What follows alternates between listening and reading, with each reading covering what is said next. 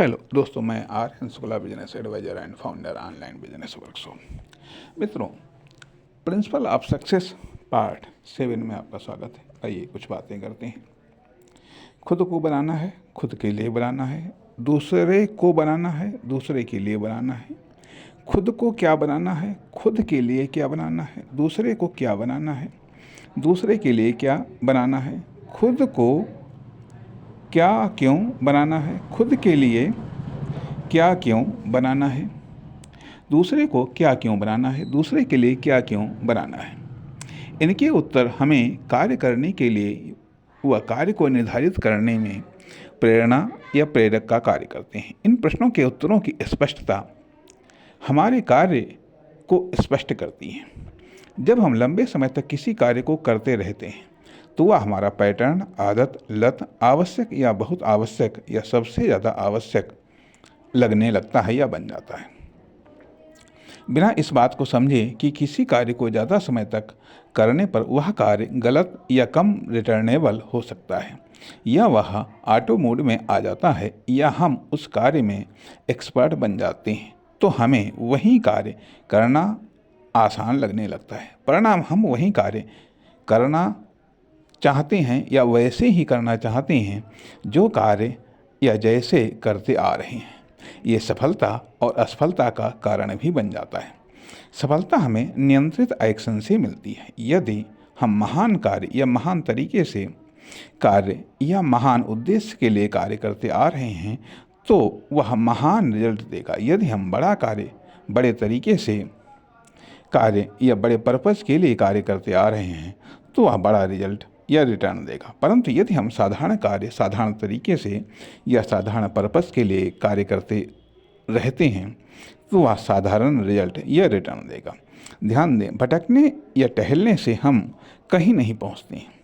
सीमित भटकाव व टहलना स्वास्थ्यवर्धक हो सकता है, परंतु ज़्यादा भटकाव व टहलना समय, स्वास्थ्य, साधन की बर्बादी है। समय, स्वास्थ्य, साधन की बर्बादी। इसी प्रकार से वर्किंग भटकाव या टहलने या विचरण से या अस्थिरता से हम किसी मंजिल, निष्कर्ष या परिणाम तक नहीं पहुंचते हैं।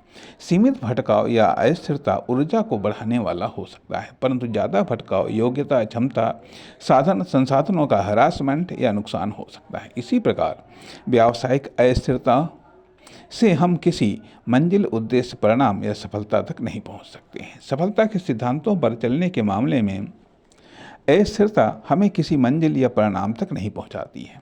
जहां हम जाना है, जहां हमें जाना है, जो हमें पाना है, जो हमें जानना है, जो हमें करना है। जहां हमें जाना है, हम जब तक वहां पहुंच न जाएं, जो हमें पाना है वो हम प्राप्त न कर लें, जो हमें जानना है वो हम जान न लें, जो हमें करना है वो हम कर न लें, तब तक भटकना, टहलना, विचरण करना, अस्थिरता, गति परिवर्तन श्रेष्ठ है। खास करके तब जब हमें रास्ते, तरीके, साधन का ज्ञान नहीं है। अर्थात उद्देश्यपूर्ण टहलना, भटकना, विचरण करना, अस्थिरता बहुत कुछ हमें सिखा देती है। अर्थात उद्देश्यपूर्ण टहलना, भटकना, विचरण करना या स्थिरता सार्थक है, जो हमें बहुत कुछ सिखा सकती है या बहुत कुछ दे सकती है, किसी श्रेष्ठ जगह पहुंचा सकती है। क्योंकि भटकाव, अस्थिरता, विचरण, टहलना, खोज, प्रयोग, परीक्षण या निष्कर्ष को प्राप्त करने के लिए उठाया गया आवश्यक कदम है। ये बात हम निश्चित तौर पर जगह के बारे में नहीं कह रहे हैं, या ये बात हम निश्चित तौर पर जगह के बारे में बहुत कम कह रहे हैं। उद्देश्यपूर्ण भटकना हमें बहुत कुछ दिला सकता है। महत्वपूर्ण क्या है? लक्ष्य या उद्देश्य। यदि हम लक्ष्य, उद्देश्य के साथ भटक रहे हैं, टहल रहे हैं, तो वह सार्थक है, तो वह सफलता का आधार बनेगा। यदि हम उद्देश्य के साथ बैठे हैं, आराम कर रहे हैं, सो रहे हैं, तो यह सार्थक है, तो यह सफलता का आधार बनेगा। परंतु उद्देश्य के बिना किया गया बड़े से बड़ा कार्य भी फेलियर का कारण बन सकता है, और उद्देश्य के साथ किया गया छोटे से छोटा कार्य भी सफलता का साधक बन सकता है। आइए हम उद्देश्य का सृजन करें। हमारे जीवन का उद्देश्य क्या है? हमारे जीने का उद्देश्य क्या है? हमारे कार्य उद्देश्य क्या है, हमारे कार्य करने का उद्देश्य क्या है, हमारा व्यावसायिक उद्देश्य क्या है, हमारे व्यवसाय का उद्देश्य क्या है, या हमारे व्यवसाय करने का उद्देश्य क्या है। उद्देश्य दो प्रकार के होते हैं, विजिबल व नॉन विजिबल, अर्थात दृश्य अदृश्य, पर्सनल व सार्वजनिक। खुद के लिए, दूसरों के लिए, छिपाने लायक खुद के लिए, बताने लायक दूसरों के लिए।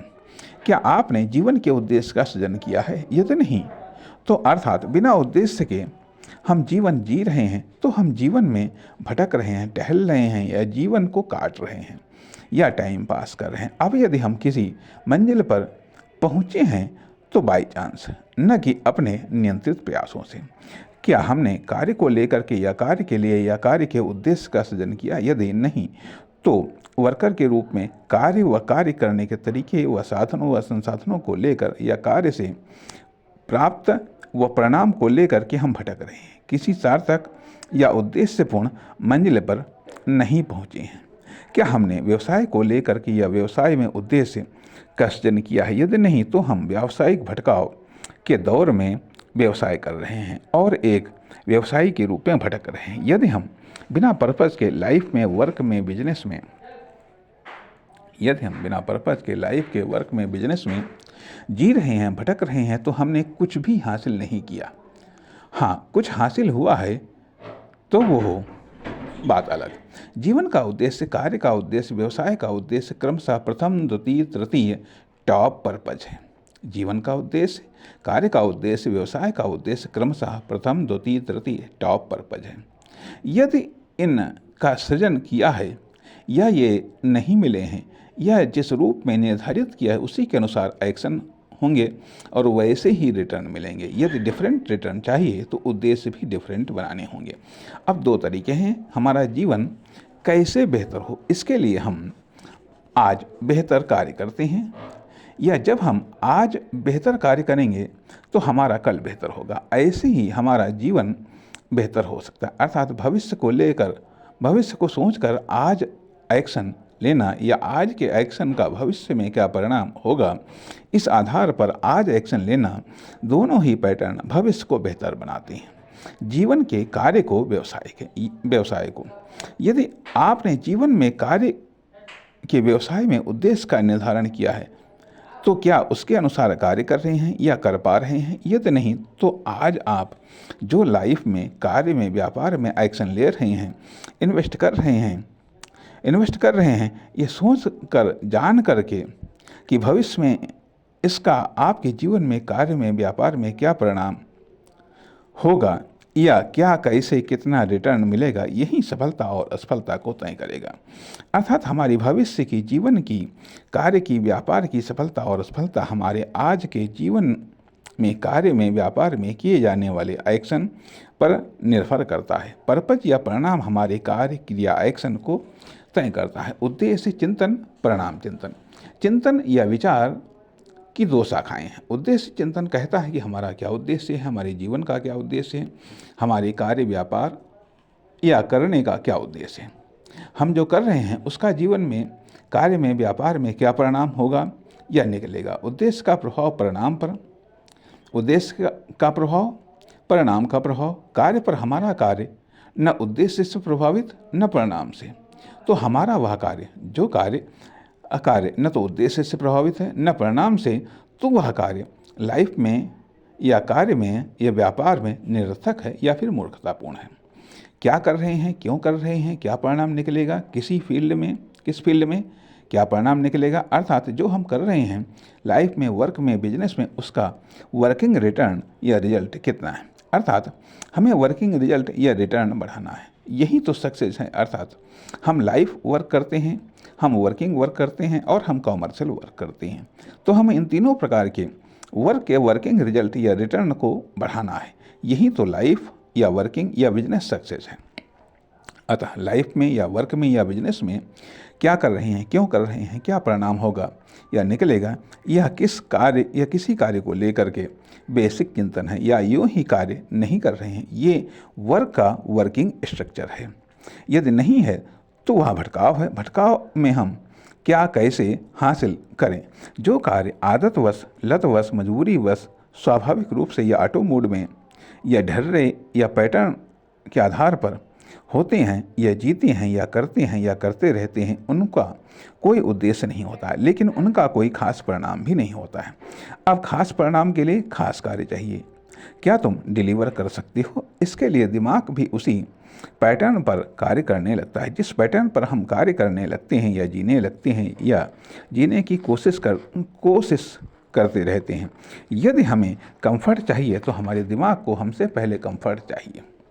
अर्थात लत के अनुसार, आदत के अनुसार, पैटर्न के अनुसार, पुराने तरीके के अनुसार या पुराने कार्य को करने में दिमाग को आराम मिलती है, या वो आराम तलब या आलसी हो जाता है, जिसके कारण वह डिफरेंट को स्वीकार नहीं करता है या बहुत जल्दी त्याग देता है। परंतु यदि तुम मेहनत करोगे तो तुमसे ज़्यादा वो मेहनत करेगा। परिणाम यदि तुम उससे थोड़ा सा काम लोगे तो वह तुमसे और ज़्यादा काम करवा लेगा, क्योंकि वर्किंग कैपेसिटी व कैटेगरी तुमसे ज़्यादा तुम्हारे दिमाग की है।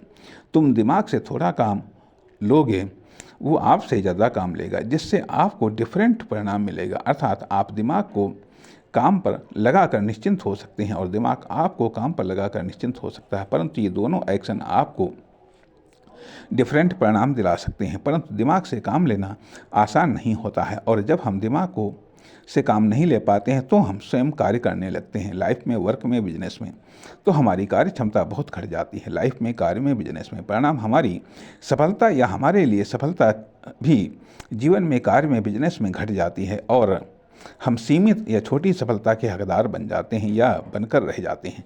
कारण या तो हमने दिमाग को खुद आलसी बना दिया है, या दिमाग से काम नहीं लिया है, या दिमाग से कार्य नहीं करवाया, या दिमाग को कार्य लायक नहीं बनाया, या शुरू से ही हम खुद कार्य करते रहे, या दिमाग को योग्य सक्षम नहीं बनाया, जिसके कारण दिमाग आज साफ तौर पर कह देता है कि हमारे बस की बात नहीं, हमसे नहीं हो सकता है, मैं नहीं कर सकता है। फिर आप उतना करते हैं या कर पाते हैं जिसमें या जितने में दिमाग न लगाना पड़े। अतः उतनी ही सफलता प्राप्त करते हैं जितने में दिमाग न लगाना पड़े। परिणाम दिमाग इनकार करके आराम से रहता है और तुम काम करते रहते हो। दिमाग को चाहिए अच्छे विचार, अच्छी संगति, परंतु तुमने दिया खुद को अच्छा खाना पीना रहना, तो दिमाग क्यों काम करे? यदि दिमाग को खराब विचार, खराब संगति दी है तो वो आपके लिए अच्छा काम नहीं करेगा, ना अच्छी तरह से करेगा। अतः दिमाग बहुत बड़ी बाधा है आपकी अतिरिक्त सफलता में। इसलिए इस पर भी विचार करें। नमस्कार, धन्यवाद।